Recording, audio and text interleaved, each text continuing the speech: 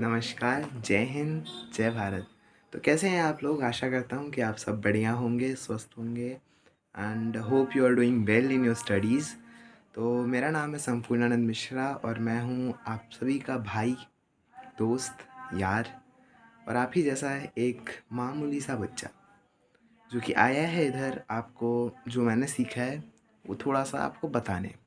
Just मैं बताऊँगा कि उसका मतलब क्या होता है, क्योंकि मेरे जैसे बहुत सारे बच्चे हैं जो वो नहीं समझ पा रहे हैं and they are the from the classes कि अगर वो उस अब नहीं समझे तो उनका बेसिक स्ट्रॉन्ग नहीं बन पाएगा।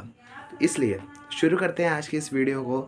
आशा करता हूँ कि आपको ये वीडियो हमारी अच्छी लगेगी और आप हमारे हार्ड वर्क को अपने पढ़ाई के रिज़ल्ट में ज़रूर तब्दील करेंगे। चलिए शुरू करते हैं। तो गाइस, आज का हमारा टॉपिक है land revenue system under the British government. Revenue system जब हम सुनते हैं, ये हम चैप्टर का नाम पहले समझेंगे, land revenue system under the British government. इसका मतलब क्या है पहले हम समझेंगे। ये रेवेन्यू मतलब क्या होता है, ये रेवेन्यू शब्द आया कहाँ से और इसका अर्थ क्या होता है, मीन्स मीनिंग क्या होती है। तो हमारा पहला शब्द आता है रेवेन्यू के बारे में, क्योंकि हमारे चैप्टर का नाम क्या है, लैंड रेवेन्यू सिस्टम। अभी मैंने चैप्टर का आपको नाम ही क्लियर नहीं किया और मैं तुरंत शुरू कर रहा हूँ रेवेन्यू के बारे में। तो शुरू करते हैं। हमारे चैप्टर का नाम है land revenue system under the British government और मुझे आशा है कि आपने थंबनेल तो देख ही लिया होगा। चलिए फिलहाल अभी आते हैं रेवेन्यू के ऊपर। रेवेन्यू क्या होता है, तो देखिए, मैंने 100 रुपये की एक पेन खरीदी और उसको 120 रुपये में बेचा। तो जो टोटल जो है हमने प्रॉफिट कमाया ओवरऑल दिस बिजनेस को करते हुए, उसे ही हम क्या कहते हैं, रेवेन्यू। तो आप रेवेन्यू को एक और तरीके से आंक सकते हैं कि जब हमें प्रॉफिट हो रहा हो, जब हमें क्या कहते हैं लाभ हो रहा हो, तब हम उससे क्या कहते हैं प्रॉफिट हो रहा हो तो हम उसे रेवेन्यू कहेंगे। ऐसा नहीं है रेवेन्यू नहीं कहेंगे, लेकिन हर छोटी छोटी चीज़ पे प्रॉफिट ऐसा नहीं है। Total over the profit all the company के जितने भी एसेट हैं उनकी पूरी प्रॉफिट जो है उसको हम रेवेन्यू कहते हैं कि इतना हमारा रेवेन्यू जनरेट हुआ है, इतने रेवेन्यू जनरेट हुआ है। आपने सुना होगा शार्क टैंक अगर देखते हैं तो गाइस, आज हम शुरू करने जा रहे हैं revenue system under the British government. तो मैंने आपको अपना इंट्रोडक्शन तो दे ही दिया है, लंबा चौड़ा इंट्रोडक्शन। चलिए शुरू करते हैं। और मैं पहले बता देता हूँ, अगर किसी को कोई परेशानी हो तो मैं इधर हिंदी का भी प्रयोग करूँगा and even though my mother tongue Bhojpuri का भी प्रयोग मैं करूँगा, because I am basically from Bihar. तो चलिए शुरू करते हैं फिर। तो देखिए, पहली बात, हम बात करने वाले हैं land revenue system under the British government की। तो रेवेन्यू सिस्टम मतलब रेवेन्यू क्या होता है भैया, रेवेन्यू क्या होता है भाई बताओ। तो रेवेन्यू मतलब मेरे भाई देखो, जब भी हमने एक कंपनी मान लो स्टार्ट की, मैंने, मेरे पास इतना पैसा तो नहीं है लेकिन चलो मैंने स्टार्ट कर दी कैसे भी कर्जा वर्जा लेके। तो अब क्या है ना कि धीरे धीरे धीरे कंपनी ग्रो करेगी। मुझे भरोसा नहीं है मैं इतना टैलेंटेड हूँ। कंपनी धीरे धीरे धीरे धीरे धीरे ग्रो करती है। अब ग्रो करेगी तो उसमें कुछ पैसे भी आएंगे, क्योंकि भाई पैसे मैंने उधार लेके लगाए हैं, अगर पैसे नहीं आए तो मेरा क्या होगा, मेरा तो दिवाला निकल जाएगा। तो पैसे भी आएंगे धीरे धीरे धीरे धीरे धीरे। उसके बाद जो है पैसे आएंगे आएंगे आएंगे, फिर उसके बाद हम देखेंगे कि यार हमने कितना पैसा कमाया अभी तक, मीन्स टोटल जो हमने लगाया था और जो हमने कमाया है उसमें हमारा कुछ प्रॉफिट बच रहा है कि नहीं बच रहा है। तो अगर प्रॉफिट बच रहा है तो उसी को हम कहते हैं रेवेन्यू। जब भी हम कोई चीज़ किसी चीज़ में से लेते हैं, चाहे तो हम क्या कहते हैं, जैसे एक पूरी कंपनी है, क्योंकि मेरे पास वो पूरी कंपनी ही है। अब मेरी कंपनी है भाई, वो भले मैंने लोन पे उठा रखा हो, मेरी कंपनी है। अब मेरी कंपनी का पूरा प्रॉफिट, उसी को हम रिवेन्यू कहेंगे। अगर आप शार्क टैंक इंडिया देखते हो तो आपको ज़रूर आइडिया होगा कि रिवेन्यू मतलब होता क्या है। अब आते हैं land revenue. Land revenue system मतलब क्या, कि हम वही रेवेन्यू सिस्टम लैंड के ऊपर अप्लाई कर रहे हैं। अभी मैंने आपको एग्जांपल दिया किस चीज़ का, कंपनी का, लेकिन हम ये लैंड रेवेन्यू सिस्टम मतलब ये एक ऐसा रेवेन्यू सिस्टम जो कि हम एप्लीकेबल कर रहे हैं लैंड के लिए, जो कि हम लगा रहे हैं लैंड के लिए। अगर मैं किसान होता तो मेरे ऊपर भी लगता, अगर मैं उस टाइम पैदा होता 18वीं सेंचुरी के आसपास तो, ठीक है। तो अब लैंड रेवेन्यू सिस्टम आपको क्लियर हो गया होगा कि ये टर्म कहना क्या चाहता है। अब हम आते हैं under the British government. British government, मुझे लगता है हर एक बच्चे को यहाँ पता होगा कि ब्रिटिश गवर्नमेंट क्या है, क्योंकि हमारा देश हर समय जो है ब्रिटिश गवर्नमेंट की तो बात करता रहता है, क्योंकि हमारी हिस्ट्री की बुक्स ऐसी बात करती है, देश नहीं, हिस्ट्री की बुक्स बहुत बातें करती हैं हमारे हिस्ट्री की बुक्स जो क्लास 8th की हैं 7th की हैं वो बहुत बातें करती हैं कि ये ब्रिटिशर्स थे, वो ब्रिटिशर्स थे। और आपने यूट्यूब पे भी तो बहुत देखा होगा ब्रिटिशर्स के बारे में। मोटा मोटी मैं आइडिया दे देता हूँ। ब्रिटिशर्स वो एक ट्रेडिंग कंपनी थी जो कि बेस तो ट्रेडिंग कंपनी का बना के आए थे, लेकिन हमें ही लूट लिया। क्या होता है, हमें ही कॉलोनाइज़ कर लिया। और कॉलोनाइज़ किया भी तो उसमें जो है मेजरली हमारे पॉलिटिकल फैक्टर्स की वजह से। अगर आपके एग्ज़ाम में कोई क्वेश्चन आए कि क्यों कॉलोनाइज़ किया, ऐसा क्या प्रॉब्लम आ गई, तो क्या है ना कि हमारी ही फैक्टर्स, हमारी ही जो है गलतियाँ थी। हमने उनको इतना ज़्यादा पॉलिटिकल इंटरफेयर करने दिया। नहीं करने दिया होता तो नहीं करते। कोई नहीं, हम इस पे भी बात करेंगे अपने दूसरे चैनल पे, संपूर्णानंद मिश्रा टॉक्स पे। तो वहाँ आ जाइएगा, जुड़ जाइएगा, वहाँ बात करेंगे इसके बारे में। अभी समझते हैं पूरे अच्छे से कि लैंड रेवेन्यू सिस्टम था क्या क्या। तो देखिए, लैंड रेवेन्यू सिस्टम क्लियर है मुझे लगता है कि एक ऐसा रेवेन्यू सिस्टम, एक ऐसा प्रॉफिट का खेल जो कि खेला जाता है लैंड के ऊपर। एक ऐसी, क्या कहते हैं, मछली को फंसाइए जो आपको खूब पैसा दे। मतलब जैसे मैंने बिज़नेस चालू किया था ना, तो भाई मैं जो है क्या करूँगा, एक बंदे को लेके आऊँगा, भले मेरा प्रॉफिटेबल थोड़ा कम चल रहा होगा, मेरा प्रॉफिटेबल कम चल रहा होगा, तो मैं एक बंदे को ढूंढ के लाऊंगा कि हाँ मेरे पे पैसा इन्वेस्ट करो कि मैं ग्रो कर पाऊँ। तो पैसा इन्वेस्ट करेगा मेरे ऊपर, फिर मैं ग्रो करूँगा। तो वो क्या है, मैं उसको फंसा के ला रहा हूँ ना। मैंने बताया कि मैं आपको ये सपना दिखा रहा हूँ, आप आ जाओ, मैं जो है पैसा कमाऊँगा। अब मुझे लगता है कि मैं इधर बिज़नेस क्लास चालू कर रहा हूँ, तो मुझे लगता है मुझे हिस्ट्री के ऊपर मूव करना चाहिए। तो ये मछली वाला जो खेल है, ये किसानों के साथ खेला गया था। अभी समझते हैं कैसे खेला गया था। देखिए, क्या था ना कि पहला जो है हमारा लैंड रेवेन्यू सिस्टम इंट्रोड्यूस किया गया था इन, अब देखिए मैंने आपको समझा दिया है कि रेवेन्यू किस लिए होता है। एक पूरे कंपनी के होल पार्ट में जो हमारा प्रॉफिट बन रहा है उसे हम रेवेन्यू कहते हैं। और रेवेन्यू सब कोई क्या कमाना चाहता है, बहुत रेवेन्यू है, बहुत रेवेन्यू है। प्रॉफिट और रेवेन्यू में कुछ ज़्यादा अंतर नहीं है विशेष। अगर आप कॉमर्स की क्लास देखेंगे तो आपको समझ में आ जाएगा। मैं भी आपके सेम ही क्लास में हूँ, I don't know that much commerce. So मुझे जहाँ तक लगता है revenue is that same as profit. If I am wrong you can correct me on comment box, I will check it. अब आते हैं हमारी सबसे मेन पॉइंट पे यार, परमानेंट सेटलमेंट। परमानेंट सेटलमेंट मतलब क्या?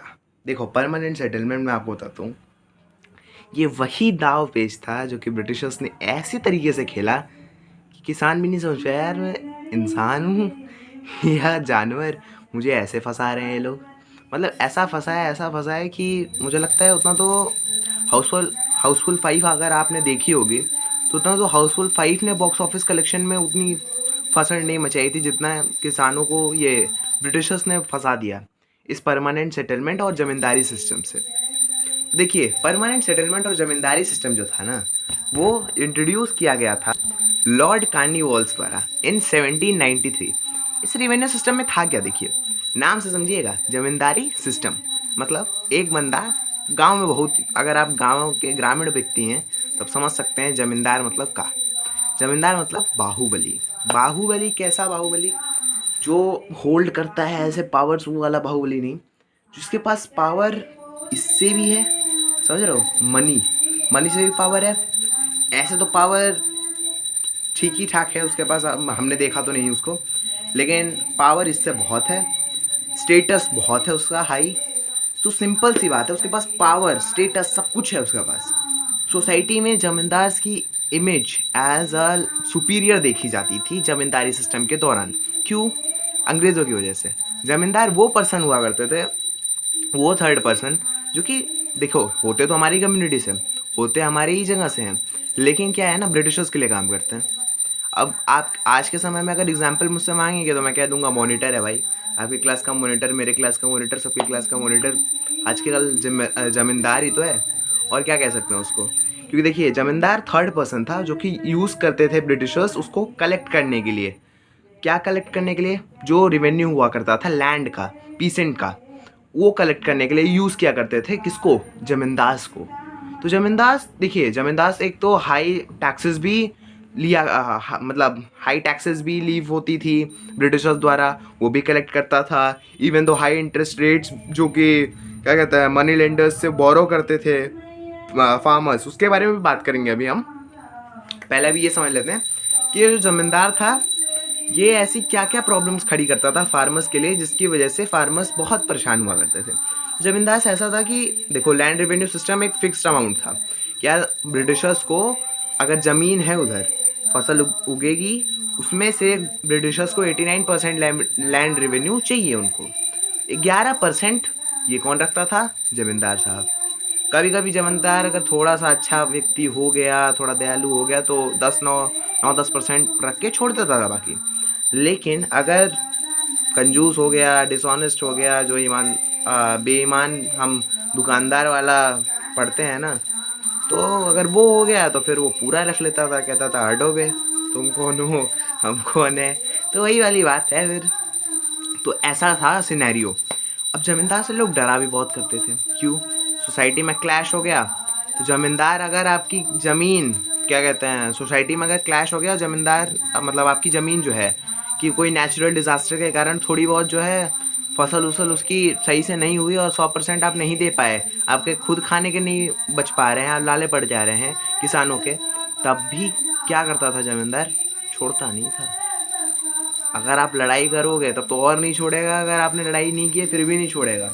कुछ लोग जो थोड़े अच्छे रिलेशंस बना के रखते थे ज़मींदार के साथ, तो वो क्या था ना, वो बैलेंस था। मतलब कि ज़मींदार उनसे लिया करता था, अच्छा खासा लिया करता था, ठीक ठाक लिया करता था, जितना था पॉलिसी उतने वो लिया करता था।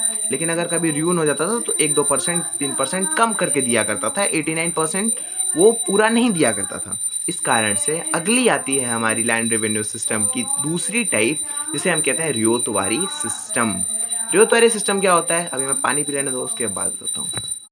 तो ये जो रियोतवारी सिस्टम हुआ करता था, तो ये क्या था ना, ये भी बहुत ठीक ठाक चीज़ है। देखो, रियोतवारी सिस्टम इंट्रोड्यूस किया गया था सर थॉमस मुनरो द्वारा इन 1822 1827। मुझे पता नहीं 7 साल कहाँ लग गए इनको ये सब पास करने में। नहीं है, पता है।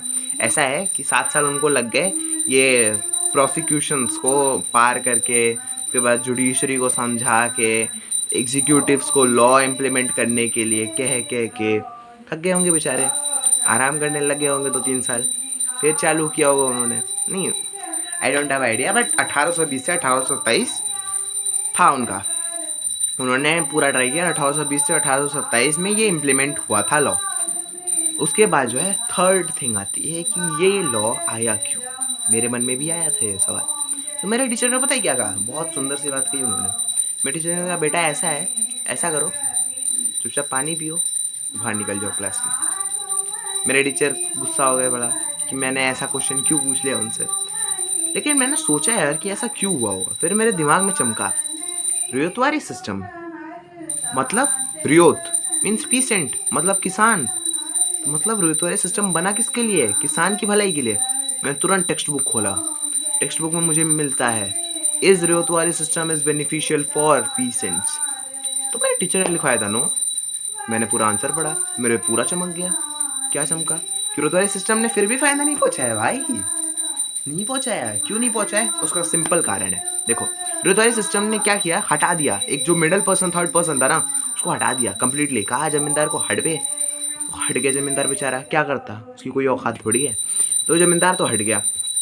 अब उसके बाद जो है ये जो ब्रिटिशर हैं, ये जो किसान है, ब्रिटिशर क्या करता था? यहाँ से सीधे टैक्स उठाता था और कहता था आ जाओ, वापस आ जाता था। 100 के 100% यही ब्रिटिशर ही लेके घूमता रहता था, क्योंकि उसको और वेल्दियर बनना था। लालच, लालच बाबू भैया बुरी बला है। तो देखिए, तो यही है, ब्रिटिशर्स ने 100% टैक्स, 100% लैंड रेवेन्यू उठाया, किसान का ले लिया। अगर कैलामिटीज़, नेचुरल कैलामिटीज़ आ गई, जैसे भूकंप आ गया, सुनामी आ गई, उस या फिर तूफान उफान आ गया, तो भाई ख़राब हो जाते हैं। ज़्यादा बारिश हो गई तो ख़राब हो जाते हैं फसल। अब फसल अगर ख़राब हो गई तो कहाँ से बेचारा देगा? तो नहीं देता था। तो पहले ज़मींदारी सिस्टम में क्या हुआ करता था कि ज़मींदार नहीं कलेक्ट कर पाता था, तो कारण बताता था। तो कारण बताता था तो क्या करते थे, ये जो ब्रिटिशर्स ऑफिशियल्स थे, उसकी ज़मीन हड़प ले दिया करते थे। उसके बाद उस ज़मीन को कहते थे बेच डालो। तो बेच दिया करते थे वो लोग उस ज़मीन को ही। अब उस ज़मीन को बेच दिया इन्होंने, उसके बाद उसी किसान को जिसकी वो ज़मीन थी पहले, मतलब कि अब तो वो एक्स वर्कर हो गया उसका, और अब उस एक्स वर्कर को उसी लैंड पे एक मजदूर की तरह काम करा रहे हैं यार। मतलब ऐसे तो थे ऑफिशियल्स उनके, एक्स वर्कर को उसकी पुरानी जगह काम करा रहे हैं। तो अब थर्ड चीज़ हम समझते हैं कि रोजगारी सिस्टम में ऐसा क्या प्रॉब्लम है, मतलब रोजगारी सिस्टम में जमींदार को हटाया क्यों गया। रोजगारी सिस्टम में जमींदार को हटाया गया था, अगर आपको याद होगा तो मैंने कहा हुआ था कि रोजगारी सिस्टम में जमींदार को इसलिए हटाया गया था क्योंकि कहीं ना कहीं रोजगारी सिस्टम में जमींदारी सिस्टम में घपला कर रहे थे। कहीं कहीं अगर उनके कुछ अच्छे रिलेशंस हैं तो वो कम लिया करते थे, कोई ना कोई बहाना बना दिया करते थे, अगली बार नहीं लिया करते थे। तो इस कारण से क्या कहते हैं, जो जमींदार थे वो तो फ्रूटफुल हुआ करते थे, उनके रिलेशंस भी अच्छे हो रहे थे कुछ लोगों से। लेकिन क्या है ना, ब्रिटिशर्स को पैसे की आदत थी, तो उनको उतना ही चाहिए था जितना उन्होंने एस्टिमेट किया हुआ था। इस कारण से हटा दिया गया जमींदार को for being most fruitful for the British officials. अब फोर्थ आपकी चीज़ में मन में आ रहा होगा कि यार देखो, जमींदारी सिस्टम में भी किसानों के ऊपर बहुत कुछ हुआ, टेनेंट बना दिया गया उन्हें। रुतवारी सिस्टम में तो कुछ ना कुछ अच्छा हुआ होगा, बट ना भाई, आप गलत सोच रहे हो। रुतवारी सिस्टम में भी बहुत कुछ अच्छा नहीं हुआ, रुतवारी सिस्टम में तो और बेकार हो गया। मुझे लगता है जमींदारी सिस्टम के बाद सबसे ज़्यादा बेकार हुआ है रुतवारी सिस्टम में। क्यों? क्योंकि रुतवारी सिस्टम में क्या हुआ ना, रुतवारी सिस्टम में जो किसान था वो बेचारा, जब नेचुरल क्लैमिटीज़ आ जाती थी तो 100% कैसे दे ब्रिटिशर्स को, पूरा कैसे दे है ही नहीं उसके पास, खुद खाने के लिए नहीं है। तो क्या करता था, आइदर सेल्फ फार्म और आइदर वो मनी लेंडर से बोरो किया करता था मनी लेंडर्स भी हाई करता था लीव, उसके ऊपर टैक्स, खूब टैक्स लगाता था। तो वो लीव करता था हाई टैक्स, मनी लेंडर से मनी लिया, फिर उसके बाद ब्रिटिश ऑफिशियल्स को दिया। ब्रिटिश ऑफिशियल्स ने चलो भाई उसकी ज़मीन वापस कर दी, लेकिन अब वो क्या कहते हैं, अगला भी उसको देना है, अगर अगले में भी फसल जमानी है, अगर अगले में भी नहीं हुआ, कुछ कुछ का किसानों का क्या होता है ना कि पीरियड टाइमिंग, मतलब जो क्लाइमेट होता है जल्दी जल्दी चेंज होता है, वेदर जल्दी जल्दी चेंज होता है, लेकिन क्लाइमेट एक प्रकार का ही रहता है। अगर एक साल में मतलब उसने जो है 100% दिया है, मान लो कि 100 रुपये दे दिया उसने, लेकिन अगले साल भी तो 100 रुपये देने यार, और इधर का भी देना है, तो बेचारा इसी डेप्ट के बीच में फंसा रह जाता था। तो ये उसके लिए, बेचारे के लिए परेशानी थी रोतवारी सिस्टम में भी। मुझे लगता है रोतवारी सिस्टम वर्स है, जो जमींदारी सिस्टम थी उस वर्स है रोतवारी सिस्टम। आपकी क्या राय है, आप ज़रूर कमेंट बॉक्स में छोड़ना। चलिए मिलते हैं नेक्स्ट वीडियो में, तब तक के लिए जय हिंद, जय भारत।